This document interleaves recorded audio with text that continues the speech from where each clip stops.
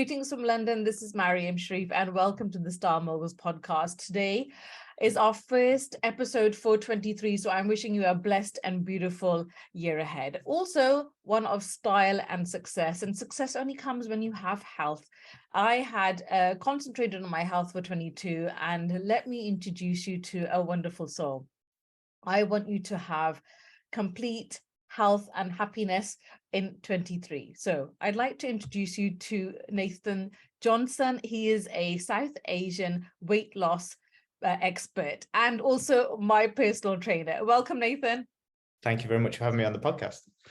Thank you for joining me. I want everybody to be as happy and healthy as I have with my journey with you for the last few months. So let's talk about why you're actually in the South Asian community and why you've decided to be an expert in that. Do we have more problems?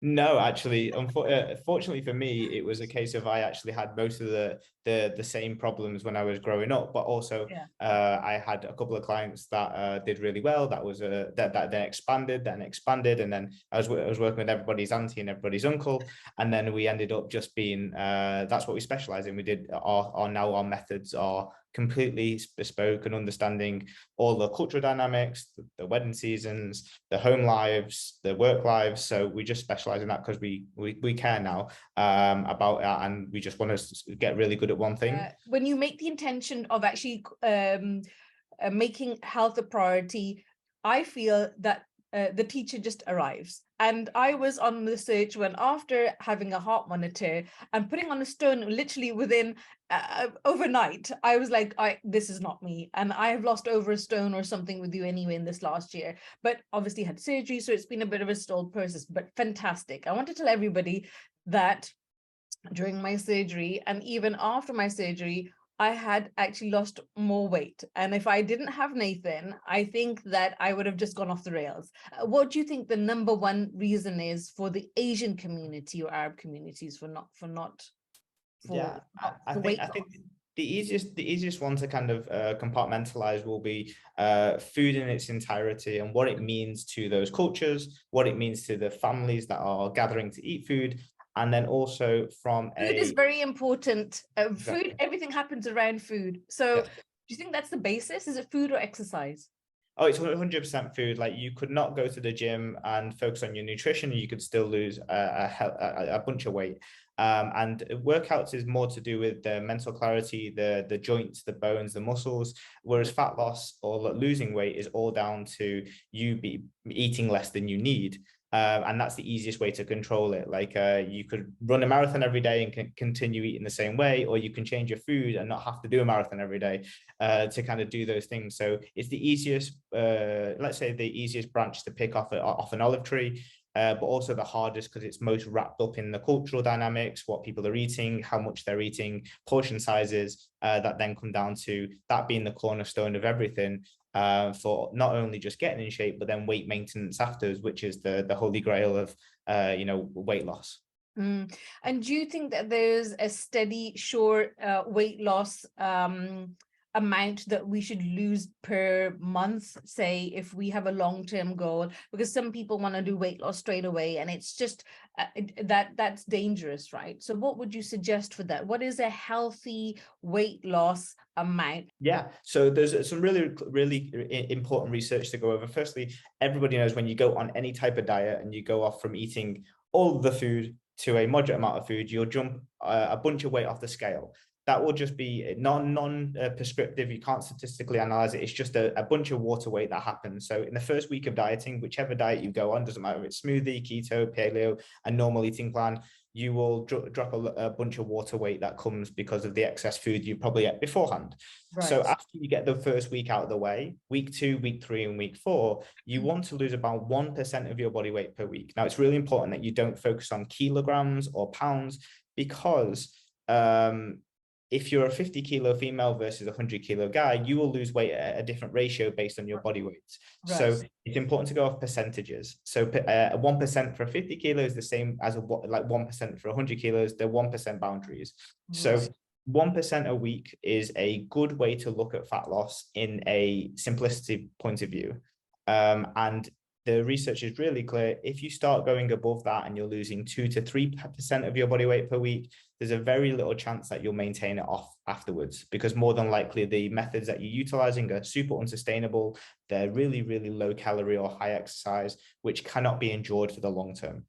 So 1% is a safe amount. And as long as you view the scale as a metric over a week as opposed to daily fluctuations, you'll get daily fluctuations, but over the course of a week and then course of a 21 day period, you've averaged that 1%, you will be more there or thereabouts onto a safe, effective fat loss. Right.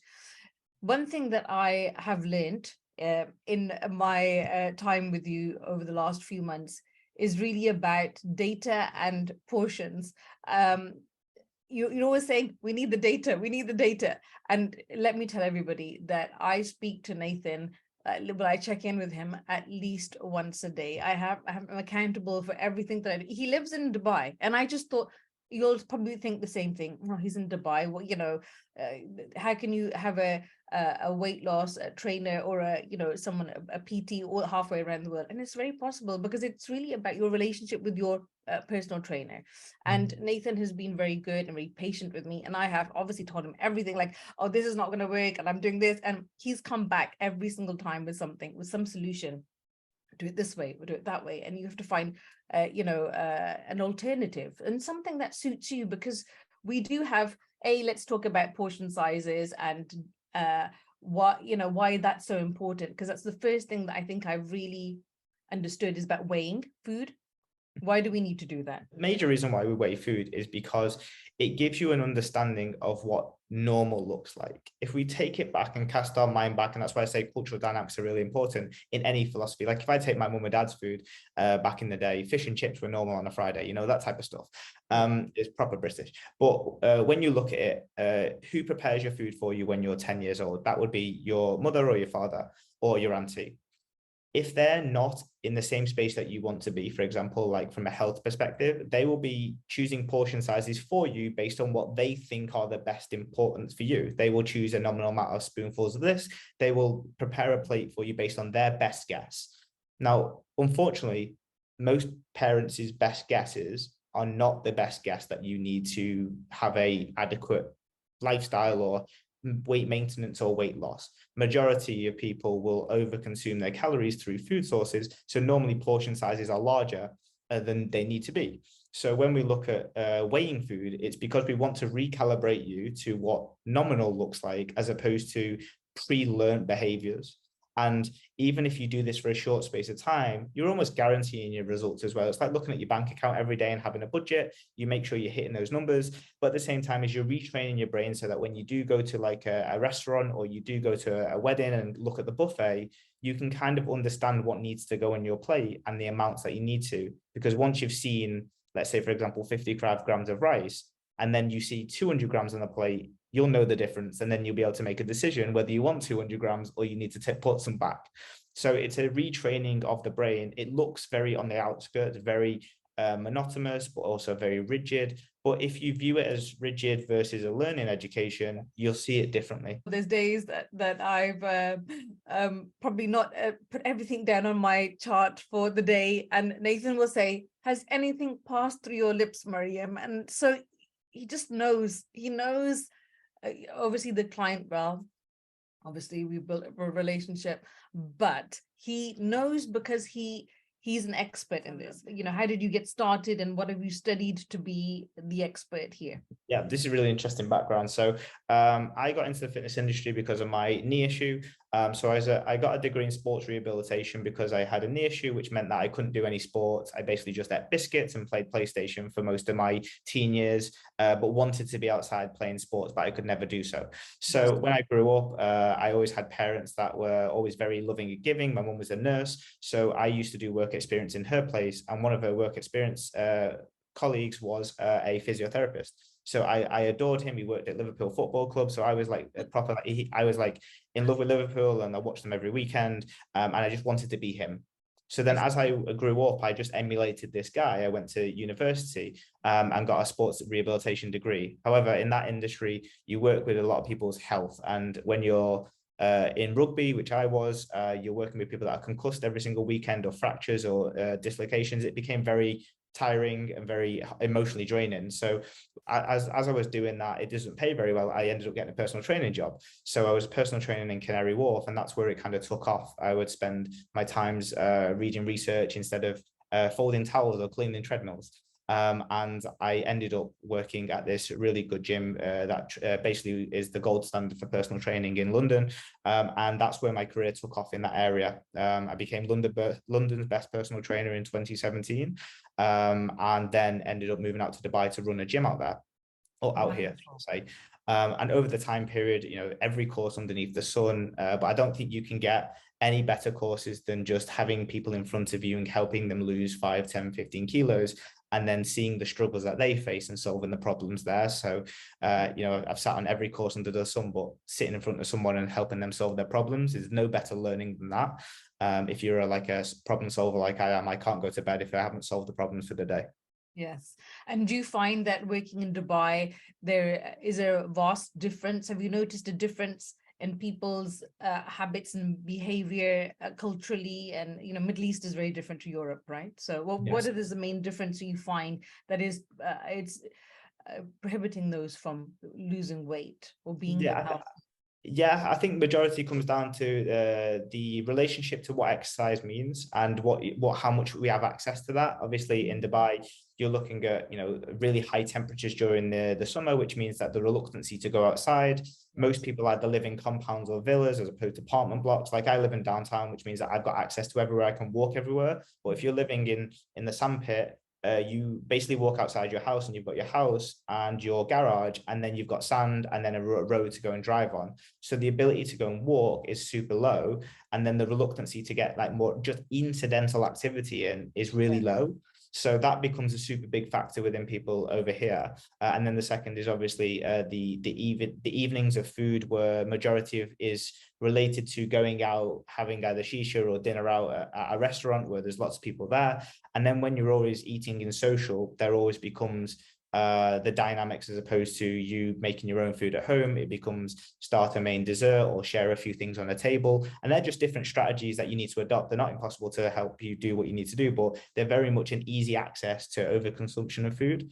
Anytime there's family involved, or food is love as a mantra. And then also when other people are picking your food for you based on like kind of getting a spread of mezes, or the mixed grills and whatnot. There's just a lot of food on the table, which is hard to say no to when it's so yummy. When you're at home, you can control the food, you can control everything, you can control your diet, the exercise, what time you're doing, everything. But as soon as the dynamics change, where you have to go outside and you have to go out socializing, because this is probably one of the main things, isn't it? That when people go out, then what do you do? How do you control the socializing and food? We have to break it down into like 3 major areas. The first one is a decision you have to make before you even get there. And that is, on this evening with my friends and with the people I'm around and the places that I'm going to, is it actually feasible for me to diet during this day? Now, a lot of people will, when they start diets, they think it's 100% commitment for the remainder of the time. Whereas what we like to do, and the thought process that we have is much different, is you chunk it into, days that you do have fat loss and days that you don't. If you do 5 days of fat loss and 2 days of not fat loss, it's not going to go backwards 10 steps. You're just going to not go forward 7 steps. You're going to go forward 5. And sometimes slower is better. The hair and the tortoise is a very good example of that, if you're going to use that. But with that, so firstly, you make a decision. If I'm going to go to this event where there's wine, there's food, whatever it is, I need to make a decision. Am I hitting fat loss, or am I going to take a maintenance day, is what we call it. If the idea, and then use strategies, then filter down. I'm very much a spreadsheet, like a logic jump type of guy. If you're on fat loss, then you will have to make decisions like, only having like 1 plate of food, maybe cutting out the drinks on the side, and really opting for lower calorie options. So portions very small, plenty of salad, plenty of voluminous food. So voluminous means higher volume. So they take up the plate massive, like vegetables, salads, lean proteins, the dals, the chickens, the eggs, that type of stuff. And then limiting the amount of incidentals. So the extra bread that comes on at the beginning, or the dessert of baklava, or whatever it is. And sticking to 1 plate of food. That's your fat loss option. And then Yes. on the other option is a maintenance. And that is where you can have a little bit more flexibility. You don't have to give yourself a hard time to kind of be excluded from the group. That's when you can be inclusive. And I would always use the one plate rule as the biggest example of how to control this. So, for example, someone takes the lead and they order a bunch of food to the table, like someone does. There's always one person in the family that takes the lead. And they're like, right, I want this dish, I want that dish, we want this dish, and a bit of this and a bit of that. And you're looking in front of the food going, that's so much food. I don't know which one I want. I want all of them, but I also want to stay on a moderate diet, or I want a maintenance. You just got your plate in front of you that you get at every single restaurant. You're like, right, if I fill this moderately and enjoy the foods that are on the table, but I only have one plate of food, I get to kick the cravings of the taste and enjoyment, because you can have a bite of everything. You get to moderate the amount that you eat so you don't go back for seconds. And then you get to enjoy the parameters of it within one meal. Now, for some people, that's a hard transition to make when they're so used to going back to seconds and thirds. But at some point, there is a compromise for your health. And the compromise used to be either don't eat or eat just nothing but salad. Now the compromise is have a plate of food, have what you want from the table, but don't have the second plate. And I think that's a lot more feasible for most people that are trying to make a health conscious aspect. Yeah, I think when you start looking at your diet as, I guess, such a big challenge, but I think if you make it part of your lifestyle and you make it easier and simple, and I think that's what it is, making it simple and easy, so it's part of your life and it's not completely alien. I just think that's what I heard a term when people say to diet, it means to die. So the first three letters. So it's more of a healthy lifestyle. And I remember in the beginning when I was just started my plan with you, and I was going at, you actually said, send me the menu. Send me the menu and let me check what you can eat. And so obviously now menus have they come with the calories, which is really good. Sometimes it is anyway, but that was a really great point where you did that. You send me the menu, let me see. And actually, even when going out, you're much more prepared before, because you start to actually think, okay, what is the cuisine, what can I have? And it's like a preparation. You got to plan beforehand. You can, like you said, you can actually direct to your friends to where to go. I remember you saying that, why don't you take your friends somewhere else where there's healthier food, and you can all become healthy, as in a sense.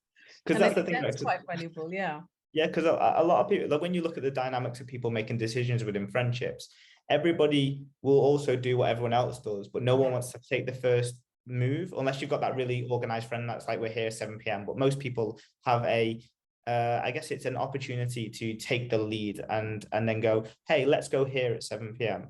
Yeah. And that's an easy way to divert from the other places that are not so productive to a place that could get what you want out of it. So I think that's a really easy way to navigate things. And then when on back to that thing that you mentioned about the decision making beforehand, a lot of people will probably think of that as like, oh, like it's too anal, I don't want to have to think about it too much. But when you break down any type of learning, this not the take away fat loss, to zoom out 20,000 foot and look at any type of learning, brushing your teeth, learning how to do the dishwasher, which I hate, and then any type of learning a language, it comes in 4 levels. And if you understand the 4 levels, you understand why being proactive and consciously thinking about it is the pinnacle of you making it unconscious at some point.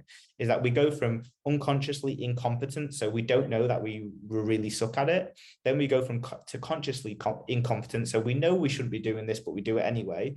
And then we go to consciously competent, so I thought about it, so therefore I did it. And then you've got unconsciously competent, where afterwards you realize you did it and you didn't think about it. So when you go proactively and you look at the menus, or you look at, when am I going to eat this? How am I going to eat this? How is it prepared?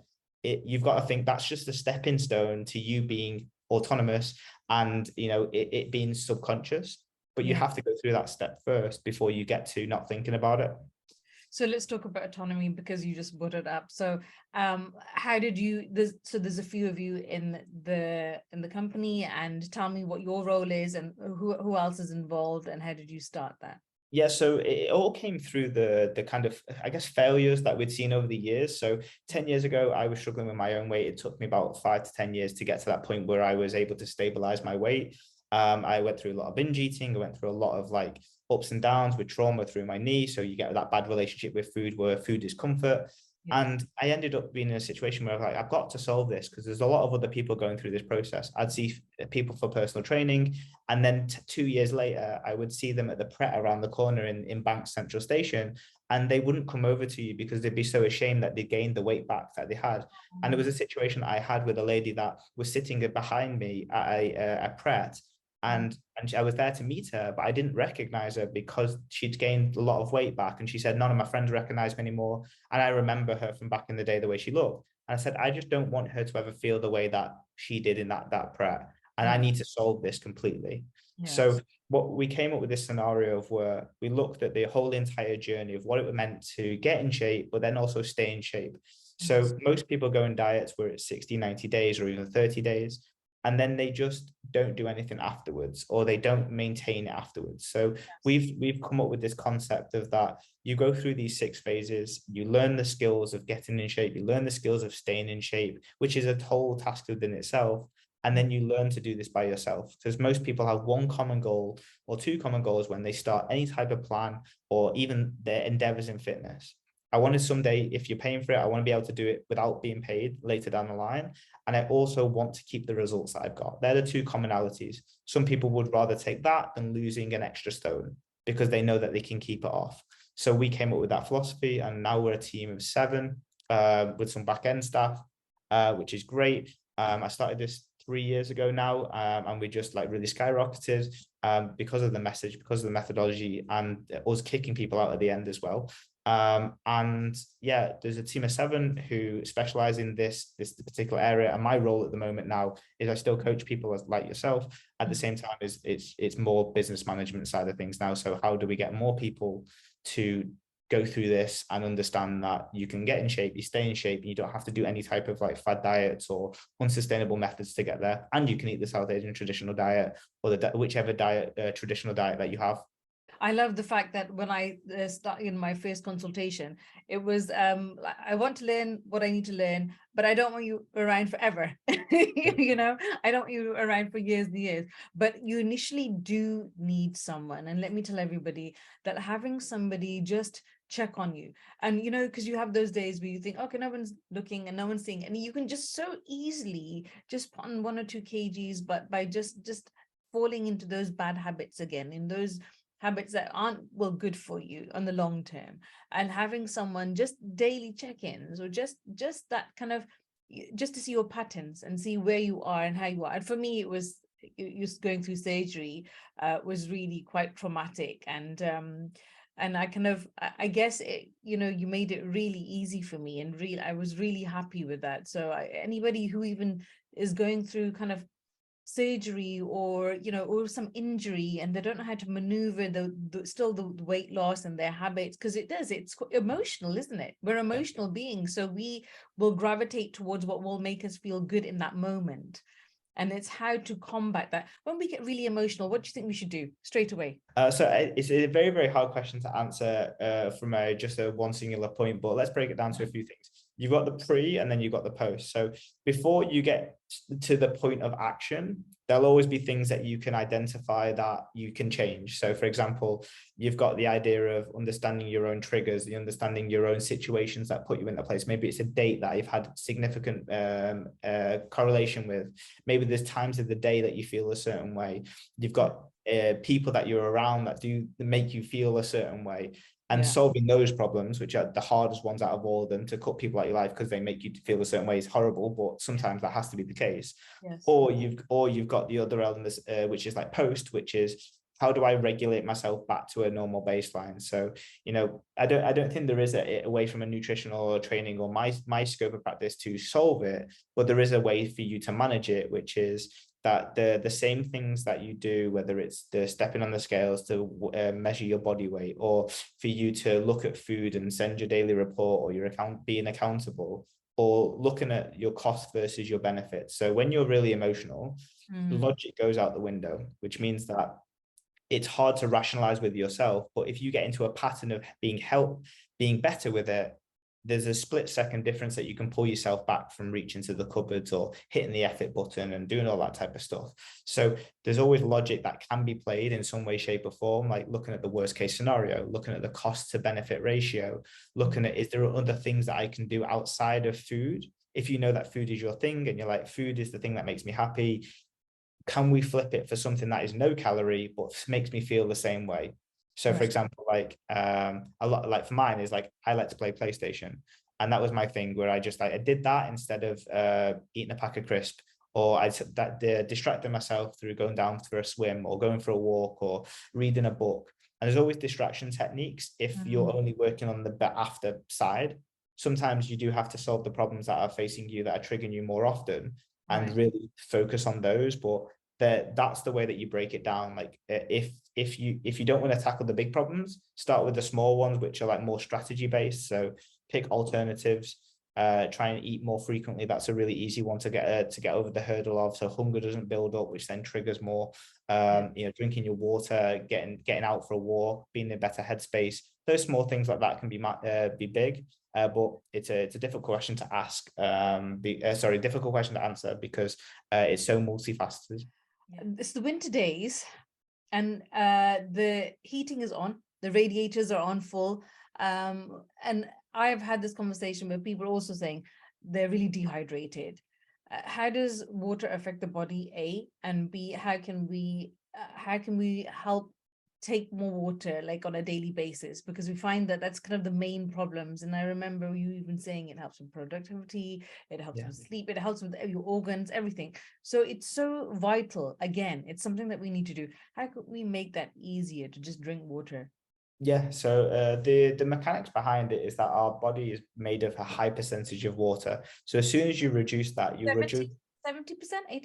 Yeah, I think so. I don't know the specific numbers, but it's high enough to, when you drop a small percentage, that's when cognitive function goes. That's when your cells don't regenerate the same way. Your recovery is slower. Your sleep is worse. Your hunger cravings go significantly higher. And then all of the small things that you don't even think, hair, skin, and nails, you wouldn't even think they're associated, but they are. So it's very similar to sleep. Water and sleep are like your metrics for if you ever wanted to just cover your bases. You couldn't be bothered eating the right foods. You couldn't be bothered going to the gym. You couldn't be bothered going for a walk. If you just managed drinking some more water and going to sleep more often, then that would be easy to do. And the easiest ways to get more water in is firstly look at how much you're drinking, but not by how much you're drinking, because a lot of people forget how much water they've got. I've got a bottle here, but I don't remember if it's my second or my third or my first. But all you can do is when you go to the toilet next, if it's your first wee of the day, ignore the color of it, because that's normally going to be a fluorescent yellow or a yellowy kind of strawy color. But if your second, third, and fourth wee during the day are going to be any other color than straw or see-through or clear, you will need to drink more water. That's a sign of dehydration. So that's how I assess mine. That's why I picked up this water bottle, because I noticed my wee was a different color than I wanted it to be. So that's why I picked up the bottle of water. And that's the easiest way that you can manage it without thinking, I need to drink 3 to 4 liters or 2 to 4 liters or whatever it is. Just as long as your pee is not nuclear yellow, you'll be absolutely fine. No, what a great tip. So it's not really on how much. It's quite good actually, because everybody's body is also different. So we don't have to drink the 4 liters or the 8 glasses, whatever the recommendation. So that's a really great way to assess. Do you think that everybody can lose weight though? It's fundamentally physiologically everyone's capabilities. There are the multifaceted approach to fat loss. It can be broken down into like there are medical conditions that make it harder, PCOS, and low thyroid and things like that. But they still play the tune of the same physiology. You just have to find a better way to manage it. So PCOS or low thyroid will reduce your things like your metabolic rate, which means that, let's say, for example, if I have 2,000 calories to play with a day to get fat loss, someone with PCOS or a low thyroid might have 1,300. But it doesn't mean if they went below 1,300, they wouldn't do it. But it's just harder to follow when you have less to play with. Like people have to suffer more to get there. So it's physically impossible for you not to be able to lose weight. It's more of the psychological game that we play when we miscalculate our actions. Yes. So, for example, when I'm on a consult call with a majority of the new incoming clients, they Mm. say, I don't know what I'm not doing. I'm not losing weight. And then we run through their days and they tell me how they're having salads every day and that they're drinking water. And I say, well, what did you have on Saturday? And they go, Saturday was a bit different. We went out for dinner. And I'm like, okay, so what did you eat for dinner? And then when you start playing this game of Yeah. mental recoil, people start realizing that their salad was only from Monday to Wednesday, and that chocolate bar on Thursday morning they forgot about. So a large amount of weight loss, or people feeling like it's impossible for them, is down to the ability to really objectively, as we always speak about, objectively look at your last 7 days.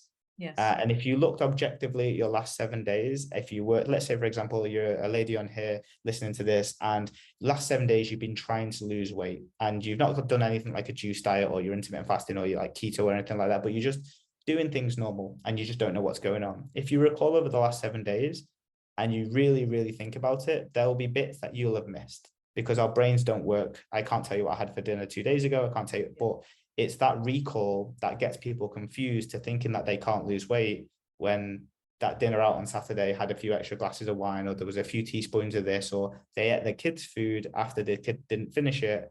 They're the bits that add up over time that people that think are as insignificant that actually matter. So Yeah. it's 100% You, possible. you always do this. Did anything pass through your lips, Maryum? Are you sure? And oh, I had that orange, or even orange juice itself used to do high sugar content.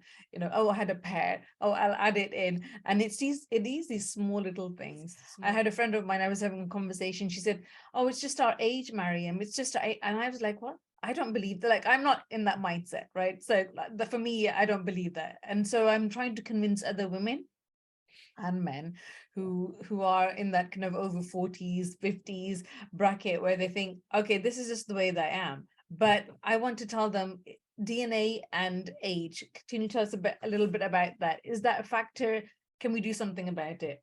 It's not as big a factor as what people believe or in the way that they believe it. I firmly believe from working with every age group, I had like a 70-year-old lady that dropped 20 kilos, and I've had a 16-year-old lad that wanted to drop 20 also. They both equally got their goal. Yeah. Now, the bit that is interesting to me, because I love psychology and I love behaviors and stuff like that, when you get to 30, 40, 50, you have a different perspective on life than you did at 20 and 30. And you also have a different risk to reward ratio, and you Yes. have different priorities. So when you were maybe in your 20s, you're out on the dating scene, you wanted to look good, you're in the gym 3 or 4 days a week, even if you didn't get the whole grasp of the full nutrition, you didn't get the body that you really wanted. And then you compare that life to a 45-year-old female with 2 kids and maybe a full-time job or a family that are quite demanding in terms of time. And you can't say to me that person wouldn't have a harder time dealing with the scenarios versus a 20-year-old person. So for me, Yes. yeah, so for me, the element is not that it's harder, it's that you have a different risk to reward ratio and a different priority metric. So imagine you've got 2 kids versus 25, and your 2 kids, you've not had a date night in 2 or 3 weeks. And it's the only chance that you've gone out, you got to get to go out once every week, maybe. You are going to make sure that day counts. You're going to make sure that evening is nice. You get a few glasses, you get a bottle of wine in, you get a couple of courses at a restaurant. That's going to be not able to be given up because it's so important to you versus when you were in your 20s, you could give up more without there being a cost because there wasn't that finite time to kind of work with. So I think as you get into your 40s and 50s, there is not a decreased amount of fat loss that you can gain. You just don't give up as much as you used to, and you don't have the same priorities as you used to get the same results. So I think it's really important for people to know their priorities, to know where they sit in the pecking order of where fat loss is or looking a bit better is, and then understand that they need to find a diet that fits into that pecking order, as opposed to thinking that dieting has to become before family, social events and stuff. And then it never ends up working because as soon as someone is asked to not eat at a dinner or only have a salad, that's where their priorities and their cost and benefit ratio, they just collide and they end up eating whatever they want. I hope that makes sense. Yeah, absolutely. I put it in my group, which is called the Love Your Style. And so in that, the whole month I was really trying to get people to love who they are before they actually kind of come on camera. Because I was just like, it's pointless doing podcasting and training them because they actually don't even love and accept who they are. So the question about health, the question is, when it comes to exercise, is it good to do cardio, which is longer, or short hits?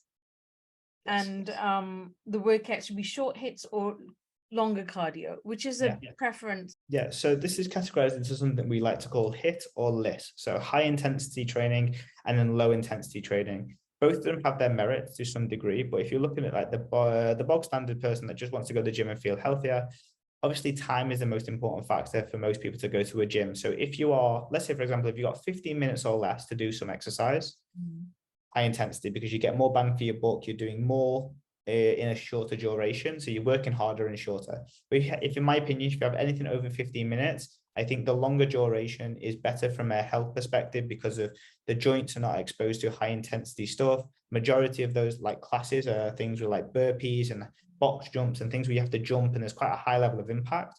And for the longevity of things, it's really to that longer degree, I would definitely say.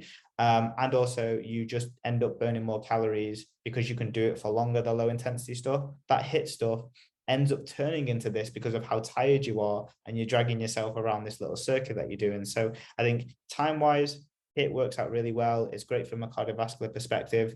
But then the lift side of things is easy to do for everybody. It's less aggressive on the joints. And you can also do it anywhere with anything. So it could be, a walk, it could be a cross trainer, it could be a bike. Whereas those type of hit workouts tend to be either circuit classes or very high impact exercises, which majority of people might not be able to do for the long term because they might have some implications in terms of how you do it and how that impacts your joints. Yeah, absolutely. Great answer. Thank you so much for that. So Nathan, I've been a client of yours for the last few months, and I absolutely have loved my journey because I've gone through and seen so many changes and had an education. I think we can eat, but we can eat properly. We can go out to eat, but we need to plan. There's so many things that I've learned from you, honestly, and I've loved my journey, and I'm continuing to do so for this year as well to get healthier. So if somebody else is looking to join and they want to make health a priority in 23, what is it? Can you walk us through what the process is, and how would they contact you? Yeah, so the easiest way to contact us is through Instagram, nathan.autonomy, and there's plenty of free resources and YouTube, and we're near enough everywhere, LinkedIn, YouTube, Instagram, Facebook. So you can have a look at our free stuff, which is like our materials of how we take people through our journeys, or the YouTube series, which I kind of tackle big major problems.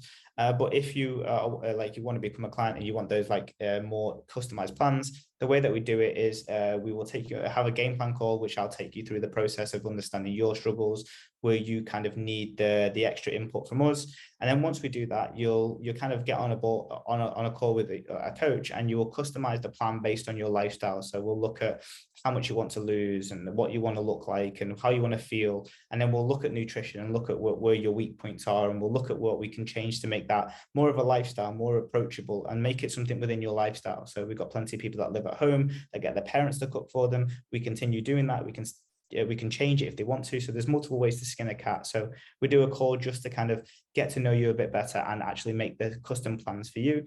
And then after that, you go into our daily check-ins, which we do every single day, which is just holding you accountable and making sure that there's contact between us every day so we can tackle any problems or support you through all the journey. And then weekly, we get this big weekly check-in, which we just summarize things to make sure we're on the right track, we're heading in the right direction.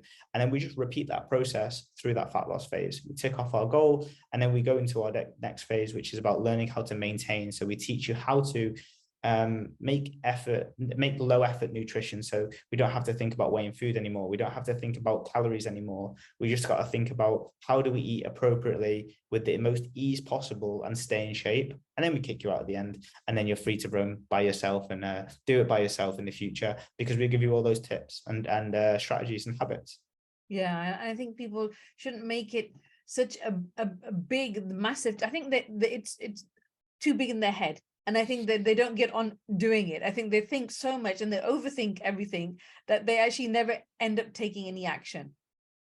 Yeah, exactly. So in 23, what are the 3 main weight loss tips that you would give us? Yeah, so number 1 is a tip to help you get out of the place that you're in right now to kickstart you in the right direction. And that is just stepping on the scales. A lot of people are feared, they're hidden away, they're gathering dust somewhere because people don't want to know the number. But as soon as you know the number, you can do something about it. And often it's one of the biggest predicting factors whether you will stay in shape after you lose weight is how frequently you'll weigh yourself. So most people that stay in shape 20, 30 years will at least weigh themselves once a week. So if you can take that, like, kind of course correct now, step on the scales, do the hard part, and then start the action, because as soon as that emotion builds where you're like quite disappointed, you can do something with that. You can channel it into your nutrition, channel it into your dieting. So that's step number 1. Take your head out of the sand. Number 2 is going to be the 1 plate rule in social events. If I could take that to the grave and trademark it, it would be that 1 plate of food, whatever's in the middle of the table, whatever's there on offer. If you just take 1 plate of it and you don't go back for seconds, you will do better than 90% of people trying to lose weight when they're at social events. And then the third one is create some sort of accountability. So you want to make sure that not only can you last 1 week of this, not only can you last 2 weeks of this, but can you go through and weather the storm? Because week 3, week 4 of any type of plan known to man, even if you're learning Spanish or you're trying to learn everything else, is you'll go through a funk and you go through a dip. Your routine will flip. You won't know what to do. You'll be, resistant to getting back on board with something. If you have that accountability, you'll be able to weather the storm and take it from 2 weeks of sticking to something to 6 to 8 to 12, which then means the results will then 5x if you do it for 12 as opposed to 2. So that would be my best advice for that. Thank you so much. And let me just tell you, the accountability, I think everybody knows what to do and when to do it, but it's just having somebody just check in and just make sure that you are following through to what you're saying. And it's so important. I have friends who are bodybuilders and personal trainers and yoga teachers, and they even said to me, why don't you, we'll help you. Sometimes it's just good to start fresh with someone who doesn't know you, because then you can't get out of it, and you don't want to spoil that relationship either, but you need someone to be absolutely honest. And then that's probably the starting point, isn't it? You have to be absolutely honest with who you are, what's happening with your life. And that's the only way you can move forward. So take January to be really honest with yourself, really have clarity with what you want, and do speak to Nathan, because he will give you some clarity on which direction, even if you're with him or not. But really, it is something, the best investment. Don't think of it as anything else. It's an investment in yourself. And make the right decision. So if you're a mother or if you're an entrepreneur, you've got to live in this body. How will you move? How will you have the energy to do all the things that you want to if you don't have energy? Yeah. So thank you so much, Nathan. I will speak to you soon, but I wish you a very happy 23 and a stylish and successful year ahead. Thank you. I really appreciate it. Take care.